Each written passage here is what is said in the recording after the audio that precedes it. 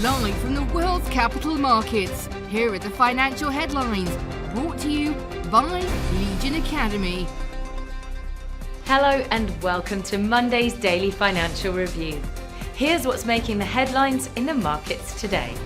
Chevron Corp received a US license allowing the second largest US oil company to expand its production in Venezuela and bring the South American country's crude oil to the United States.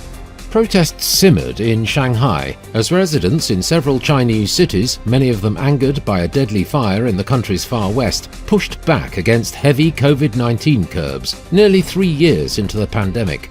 The Australian dollar/US dollar weekly forecast is bullish as dollar weakness is set to continue amid optimism for a Fed pivot while eyeing key US data this week. The pound-dollar pair traded sideways in the last session. The ultimate oscillator is giving a positive signal.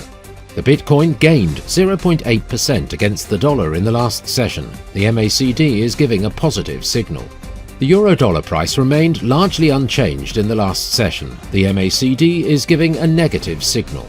The oil-dollar pair plummeted 1.8% in the last session. The RSI is giving a negative signal, which matches our overall technical analysis. The Irish retail sales will be released at 1100 hours GMT. Finland's consumer confidence at 0600 hours GMT. The UK CFTC GBP NC net positions at 2030 GMT. Australia's retail sales will be released at 0 hours and 30 minutes GMT. The US Dallas Fed Manufacturing Business Index at 1530 GMT.